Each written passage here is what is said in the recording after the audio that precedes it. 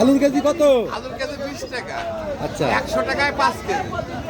এত কম? এত কম, আরো কমবে। পরে আবার 18 টাকা 15 টাকা বিক্রি হয় ভালো আজকে। হ্যাঁ, লাস্টে 15 টাকা বিক্রি হয় ভালো আজকে। বাহ, তাহলে তো মানুষ কিনে শান্তি পাচ্ছে নাকি? খুব শান্তি, কিন্তু গৃহস্থ লস আছে চাষিদের, কিন্তু যারা খাচ্ছে তাদের শান্তি।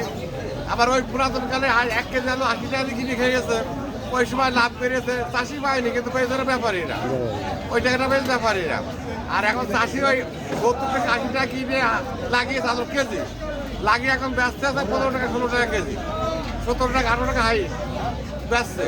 চাষির এবারে লস আছে আপনার এই আলুতে, চাষি পয়সা পাইল না।